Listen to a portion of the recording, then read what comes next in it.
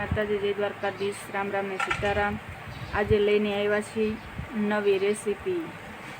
લીલી ચોળીનું શાક બનાવવાનું છે। બન્યા રહેજો મારા વ્લોગમાં।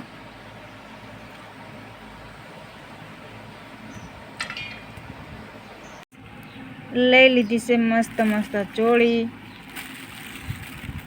વીણવા માટે આમાંથી દાણા કાઢીને ચોળીનું શાક બનાવવાનું છે। મારા ભાઈએ જે ચશ્મા પહેરી લીધા ચોળી વીણવાની થઈને ત્યાં, નહીં બા?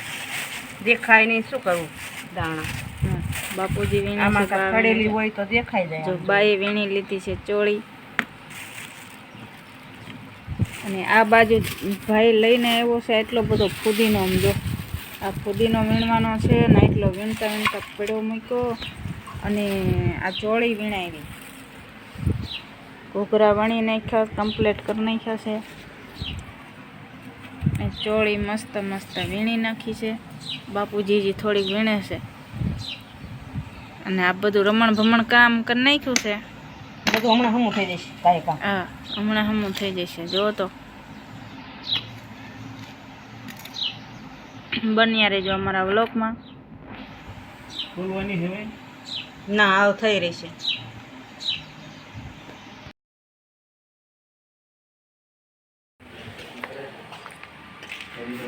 વિડીયોમાં અને બહાર વઘાર છે ચોળીનું શાક એવું દેશી રીતે મસ્તીનું વઘાર છે। અને બનાવેલો વિડીયોમાં કેવી રીતે બાની રસોઈ બને છે એ પણ આજે તમને જોવા મળશે। ચટણી બની ગઈ છે મસ્તીની અને બાને પરસેવો વળી ગયો છે। હું બોતે બા ક્યાં હોય ગયો? ઓલો તેલ મૂકી દીધું છે તેલ આવી ગયું છે। અને ચોળી લઈ લીધી છે। ટમેટા, મરચાં અને કોથમીર કટિંગ કરી નાખ્યું છે ઝીણું ઝીણું। અને આ બાજુ ચટણી બની ગઈ છે મસ્ત મસ્ત, ઘૂઘરામાં ખાય એવી, ભેળમાં ખાય એવી।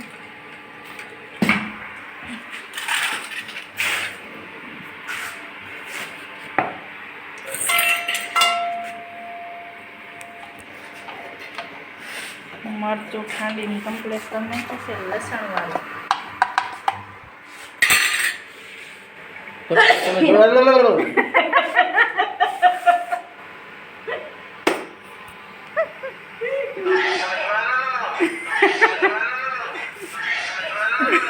બનાવી નાખી છે આ બાજુ। અને જો રહી નાખે છે હવે તેલ આવી ગયું બા?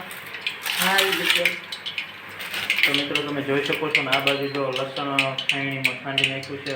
આ લસણ વાળું મરચું છે, હા, આ સોળી છે, આ બધા મસાલા છે, હળદર, મીઠું નહીં, ધાણા જીરું ધાણા જીરું નથી, અને ધાણા જીરું નથી ખાતા। તો રોતો તો શું લેવાનું? હું ખારી પેટનું સર્વિસ કરી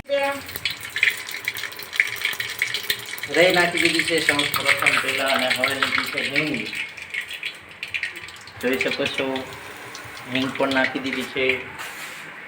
અને હવે વારો આવ્યો છે ચોળીનો। સ્વાહા।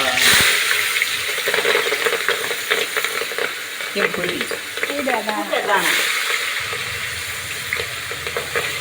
બધા એક એક નાખી દીધા પછી પાણી હોય છે। પાણી નથી। આવી રીતે મિત્રો વઘારવાની ચોળી। મસ્ત મસ્ત શાક આજ બનવાનું છે મિત્રો। હા, મસ્ત મસ્ત બનાવવાનું છે। તો ચિકન લાયો? શું સુગંધ આવી, શું સુગંધ આવી, તું શ્રીખંડ લાયો? શું સુગંધ આવી। આ લાયો તો છે પણ કાઢ્યું નહીં હોય હો। કાંઈ દૂધ લાયો ન હોય તો અરે જ નો શ્રીખંડ શ્રીખંડ તમે જુઓ તો જ શાક। નો જવાબ દે।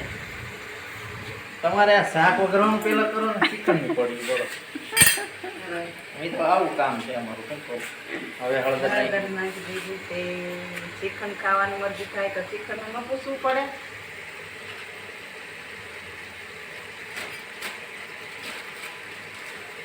આ મીઠી છે,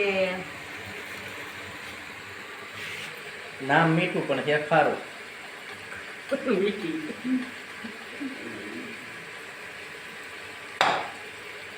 લસણ વાળું મરચું છે। શું નાખું? હવે શું રહ્યું? મીઠો લીમડો લઈ જાવ। ના એ આખો કોઈ નહીં બધું। આ કોથમરી, ટમેટા, ડુંગળી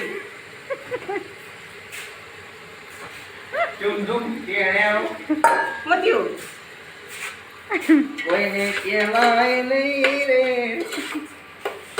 શાક વઘારવાનું. બરોબર મિક્સ કરી નાખ્યું છે ભાઈ શાક, તમે જોઈ શકો છો. અને રંગ જો ખાલી, પાકી જાય એવો. વાહ શું ખુશ્બુ આવે છે કઈ. મસ્ત શાક વઘાર્યું છે, દાંત કાઢતા કાઢતા સારું નથી દેતો, સારું. સારું ન થાય.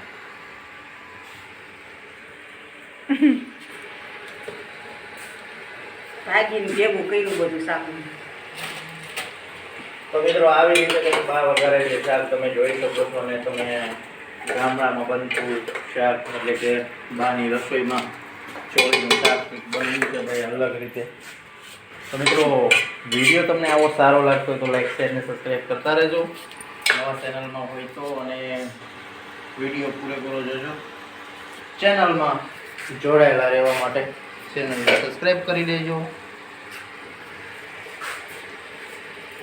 બસ પાણી નાખવાનું.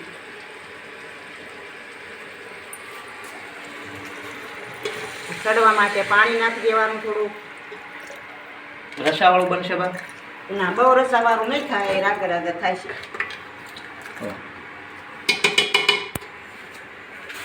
રેડી થઈ ગયું છે. ધરાઈ રહ્યા રાંધા પેલા. ઢાંકણું ઢાંકી દીધું, હવે 4-5 સીટીઓ પડી જાય એટલે શાક હેઠું